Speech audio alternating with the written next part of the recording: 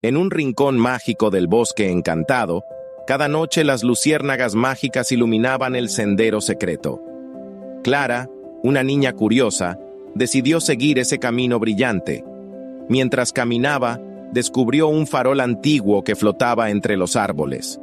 Al tocarlo, el farol cobró vida y comenzó a guiarla hacia un claro escondido lleno de criaturas mágicas que solo se veían en sueños.